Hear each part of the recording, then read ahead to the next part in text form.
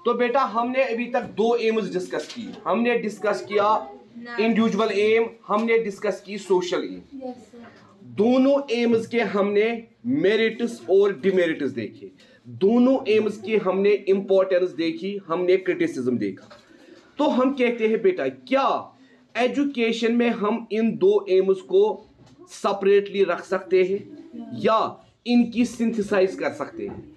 हम कहते हैं अगर हमें इनको रखना है तो हमें क्या करनी है बेटा? Synthesis between individual aim and social M.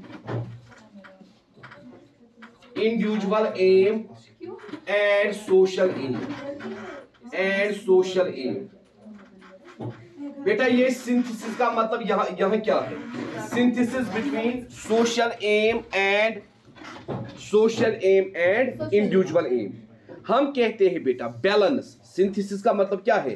Balance. ना हमें सोशल एम को एक्सट्रीम बनाना है, ना हमें इंडिविजुअल एम को एक्सट्रीम बनाना है। हमने सोशल एम को एक्सट्रीम बनाया, इंडिविजुअल की फ्रीडम सप्रेस हो गई। ठीक है बेटा। हमने इंडिविजुअल एम को एक्सट्रीम बनाया, सोसाइटी की फ्रीडम खत्म हो गई। तो बेटा हमें इन दोनों के दरमियान क्या क्रिएट करना है? Balance. Because both are important for education. We can develop individuals, and individuals can develop society. Good individuals develop good society, and bad individuals develop bad society. It is society which makes individuals better, cultured, civilized, and refined. Ronak, this is the last warning. अगर आपको class नहीं देनी है, आप interested नहीं हो, आप बेटा लीव कर सकती हो। कोई भी आपको कुछ नहीं बोलेगा। आपने लीव क्यों नहीं किया, मैं बोलूंगा सर मैंने छोड़ा। मगर बाकियों को बेटा आप डिस्टर्ब मत करो। तो हम कहते हैं बेटा सोशल एम और इंडिविजुअल एम के दरमियान क्या करनी है बेटा? सिंथेसिस। सिंथेसिस मतलब बैलेंस क्रिएट करना है। सिंथेसिस का मतलब क्या है बेटा? बैलेंस क्रिएट करना है। यह बैलेंस कैसे क्रिएट होगा? जब हम इंडिविजुअल की नीड को भी पूरा करेंगे, जब हम सोसाइटी की नीड को भी पूरा करेंगे। क्योंकि बेटा हम कहते हैं individual and society are the two sides of the same coin. Individual and society are the two sides of the same coin. ये एक ही कॉइन के दो हिस्से हैं। अगर हमने एक की डेवलपमेंट की, एक को हमने पीछे रखा, उससे दोनों पे असर होगा। इसीलिए बेटा हमें बैलेंस क्रिएट करना है। Because socialization of individual occurs in society and the development of society is occurred by individual. जितना डेवलप इंडिविजुअल हो जाएगा उतना ही वो सोसाइटी को डेवलप करेगा। जितना डेवलप सोसाइटी होगी उतने ही वो बेटर इंडिविजुअल्स प्रोवाइड करेगी, उतने ही वो बेटर इंडिविजुअल्स आपके पास लाएगी। इसीलिए बेटा कल हमने बोला, रॉस ने क्या बोला? Individuality is of no value and meaningless and personality is meaningless term apart from social education. तो हम कहते हैं बेटा सोसाइटी हमारे लिए बहुत ज्यादा इंपॉर्टेंट है। अब अगर हमने दोनों चीजों में एक्सट्रीम किया, मतलब हमने इंडिविजुअल एम को तरजीह दी, सोशल एम को छोड़ा, उससे भी बेटा हमारी सोसाइटी पे असर आएगा, एजुकेशन पे असर आएगा। इसी तरह हमने सोशल एम को एक्सट्रीम बनाया, उससे बेटा इंडिविजुअल पे असर आएगा। इंडिविजुअल अपनी development according to their interest, capability, need and ability इस हिसाब से नहीं कर पाएगा।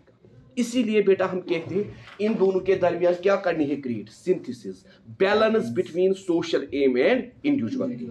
तब जाके बेटा हम कह सकते हैं कि एजुकेशन में ये दो चीजें होनी चाहिए। क्योंकि बेटा हम कहते हैं एजुकेशन का मेन मकसद है डेवलपमेंट ऑफ इंडिविजुअल, मगर साथ साथ एजुकेशन का ये भी मकसद होना चाहिए development of society. Because good society provides good individual. आप याद कीजिए क्यों जॉन डिवे ने एडम जॉन के एरिया को रिजेक्ट किया था। जब उसने कहा था education is a bipolar process, तो उसने कहा था अगर हम बाइपोलर प्रोसेस की बात करेंगे, एजुकेशन के अंदर दो पोल्स हैं, टीचर एंड स्टूडेंट, मगर इस टीचर और स्टूडेंट के दरमियान इंटरेक्शन कहां होगी? सोसाइटी। इसीलिए जॉन डिवे का एरिया पास हुआ। Education is a tripolar process, teacher, student and society. आप देखिए coaching centre is a social institution, where interaction between teachers and students. Market is a social institution where interaction takes place between teacher and student. Market में भी बेटा होता है. इसी तरह बेटा school is a social institution, college is a social institution, university is a social institution. तो दोनों को डेवलप करना है. तो हम कहते हैं इन दो एम्स के दरमियान सिंथेसिस करनी है, बैलेंस बनाना है इन दो एम्स को.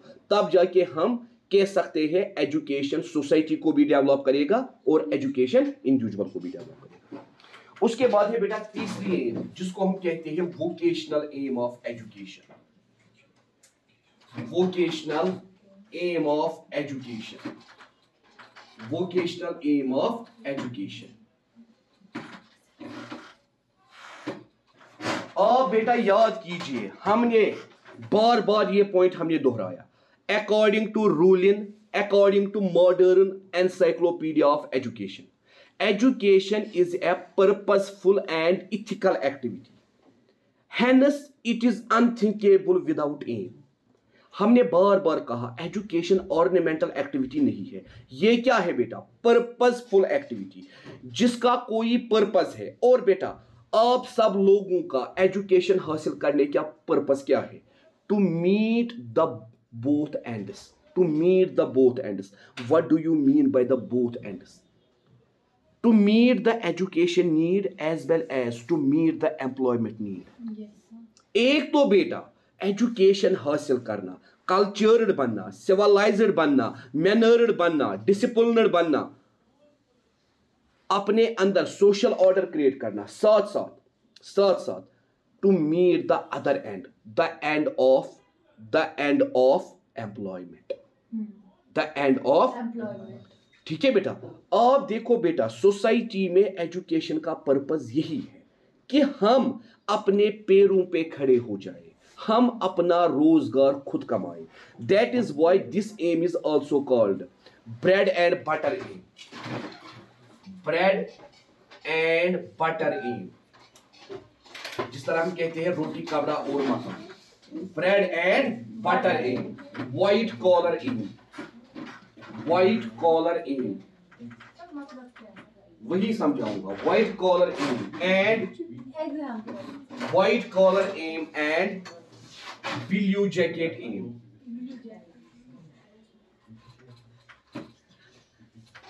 Blue jacket. ठीक है बेटा. तीन नाम इसके और है. ब्रेड एंड बटर मीन्स आपके अंदर एजुकेशन वो स्किल क्रिएट करना चाहिए, आप अपनी रोजी रोटी खुद कमाओ. Bread and butter. हम कहते हैं एक इंडिविजुअल को क्या माना जाता है? Parasite. To drag the blood of parents, to drag the blood of society. जब एक इंडिविजुअल बेरोजगार होता है, जब एक individual after completing the education कोई काम नहीं करता है, घर में बैठ के मुफ्त रोटियां तोड़ता है, उसको बेटा कंसिडर किया जाता है it is a drag and parasite who can suck the blood of parents. Yes, who can suck the blood of society. दोस्त भी उसका फोन उठाना बंद कर देगा. सिर्फ पैसे मांगता है, खुद नहीं कमा सकता है. तो बेटा हम कहते हैं ब्रेड एंड बटर एम, मतलब वो एम जो आपको इस काबिल बनाए आप अपनी रोजी रोटी खुद कमा सको. White collar aim. बेटा व्हाइट कॉलर पीपल हम किनको बोलते हैं? जो बेटा अच्छे पोस्ट्स पे होते हैं, बड़े बड़े ओहदों पे होते हैं. It is education which increases the social and economic status of a person.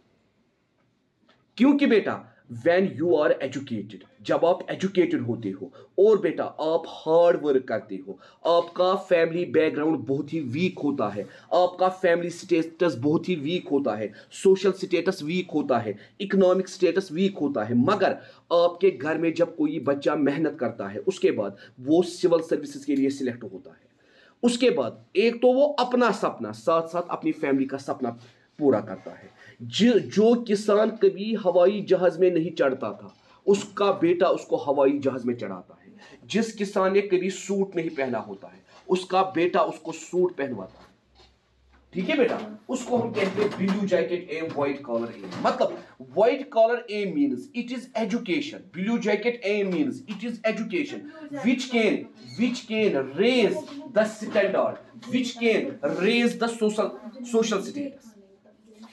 मतलब बेटा ब्लू जैकेट का मतलब यहाँ ये है, हम कहते हैं, याद रखना बेटा, जो बड़े बड़े ऑफिसर्स होते हैं अक्सर white collar and blue jacket, उनको मतलब ये उनको बताया जाता है, मतलब ऐसे ऑफिसर्स जो बेटा बहुत अच्छे कपड़े पहनते हैं। मतलब आपके मोहल्ले में डीसी आएगा, आप कैसे आइडेंटिफाई करोगे? अगर उसने भी ऑर्डिनरी कपड़े पहने होंगे, आप उसको कैसे आइडेंटिफाई करोगे ये डीसी?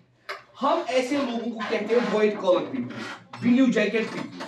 ठीक है बेटा, मतलब एडमिनिस्ट्रेशन के पीपल जिनका ओहदा बहुत बड़ा है, डीसी, डायरेक्टर, प्लानिंग कमिश्नर। ठीक है बेटा, जब ऐसे लोग आपके मोहल्ले में आते हैं या ऐसे लोगों के पास आपको जाना है, पहले आपको अपॉइंटमेंट लेनी पड़ती है। ठीक है बेटा, तो हम कहते हैं ये एजुकेशन ही होती है जो एक इंडिविजुअल का इकोनॉमिक स्टेटस और सोशल स्टेटस रेज करती है। इकोनॉमिकली और सोशली एक इंडिविजुअल को लोअर क्लास से अपर क्लास में प्रमोट करती है। ठीक है, इसीलिए हम कहते हैं vocational aim. And vocational aim का मकसद क्या है?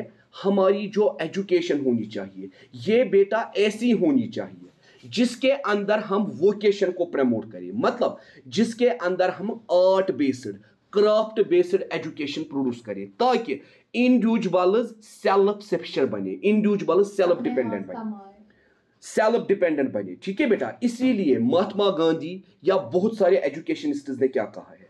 वोकेशन बेस्ड एक्टिविटी या वोकेशन बेस्ड एजुकेशन, मतलब ऐसी एजुकेशन। आप देखिए बेटा, जब हमारे स्टेट की अनएम्प्लॉयमेंट रेट बहुत ज्यादा है, जब यहां बेटा हम देखते हैं 4 मुलाजिम की जहां जरूरत होती है वहां 2 ही को रखते हैं, असल से ही 2 को बाहर निकालते हैं। तो बेटा ऐसे स्टेट में अगर आपको बेटा सेल्फ सफिशिएंट रहना है, आपको क्या सीखना है? स्किल्स, पेंटिंग का स्किल, ड्राइंग का स्किल, स्विंग का skill, mobile repairing courses, computer education. मतलब आपके अंदर अगर स्किल है, आप अपना रोजगार खुद कमा सकते हो। सिंपल एजुकेशन, नॉर्मल एजुकेशन आपको रोजगार नहीं देती है, आपको रोजगार नहीं देती है। इसीलिए बेटा हम कहते हैं एजुकेशन का मेन पर्पस क्या होना चाहिए? आपको क्या बनाए? Purposeful, creative. आपको क्या बनाए बेटा? पर्पसफुल, क्रिएटिव, कंस्ट्रक्टिव, ताकि आप अपना रोजगार खुद कमा सको। आप अपना रोजगार, कब तक आप पापा को बोलोगे पापा रिचार्ज करना, रिचार्ज खत्म हुआ, ममा सूट लाना है पैसे दे दो। ठीक है, फिर एक स्टेज ऐसा आता है, खुदा की कसम इंसान शर्मिंदा होता है। वो कहता है कब कितनी बार मैं पापा को बोलूं मुझे ये नीड है, मुझे ये नीड है, मुझे ये नीड है। यहां से हम कहते हैं an unemployed individual is like a parasite who drag, who suck the blood of an parents, the blood of friends, the blood of society.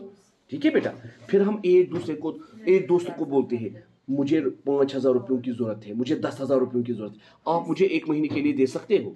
वो भी अपनी जगह सोचता है इसको कमाना नहीं आता है, जब मैं कमा सकता हूं ये क्यों नहीं कमा सकता है? तो बेटा हम कहते हैं वोकेशनल एम का मकसद यही है कि इंडिविजुअल्स को हम तैयार करें। किसके लिए बेटा तैयार करें? वोकेशन कमाने के लिए। और बेटा हम कहते हैं ये जो हमारी वोकेशनल एम है, सबसे पहले इसके मुतालिक गांधी जी ने कहा है, गांधी जी ने इसके मुतालिक कहा है क्या? True education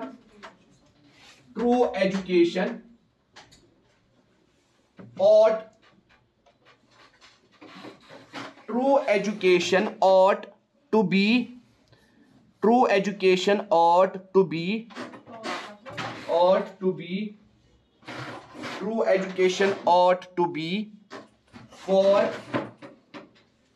them a kind of insurance,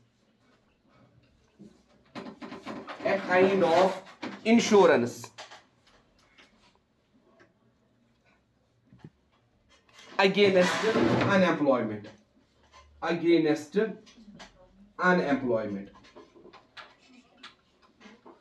against unemployment, against unemployment.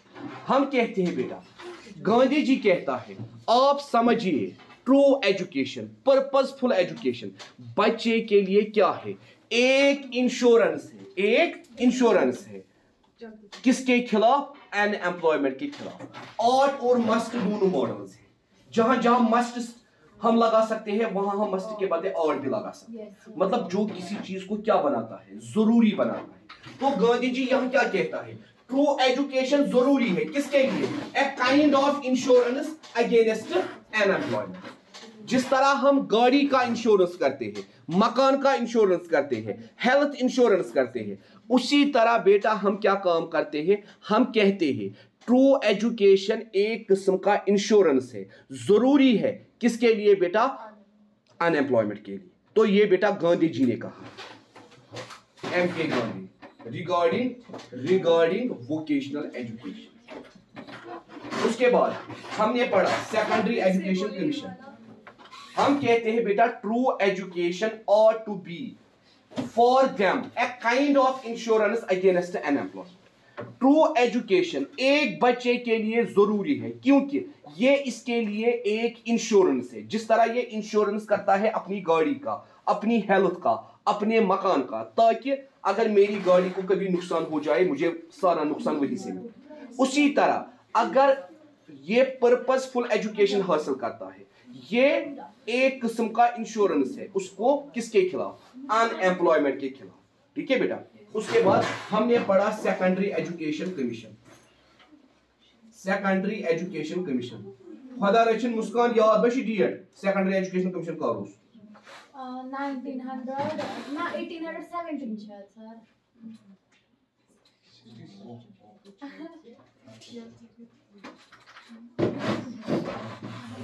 Secondary education वो दूसरा है। ठीक है बेटा। तो हम कहते हैं सेकेंडरी एजुकेशन।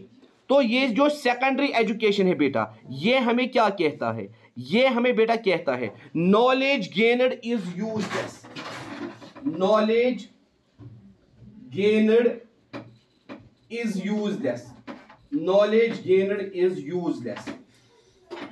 जो हम नॉलेज गेन करते हैं वो क्या है बेटा? Useless. Knowledge gained is useless if an individual cannot meet, if an individual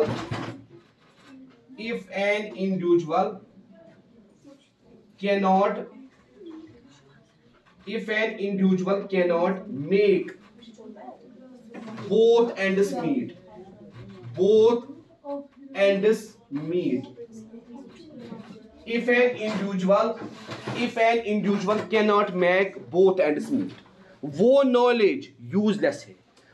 वो नॉलेज जो आपने गेन की है वो तब तक क्या है बेटा? यूजलेस, जब तक आप अपने बोथ एंड्स को मीट नहीं करोगे। मतलब अपने अंदर पर्पसफुल एजुकेशन नहीं लाओगे और आपके अंदर वो स्किल डेवलप नहीं होगा कि आप सेल्फ सफिशिएंट बनो। अब आप खुद अपने लिए रोजगार कमाओ। ये बेटा कौन कहता है? Secondary education commission. Secondary education commission बेटा ये हमें कहता है। और बेटा और एक पॉइंट आप याद रखिए ताकि आप मत इससे बेदार हो जाओ।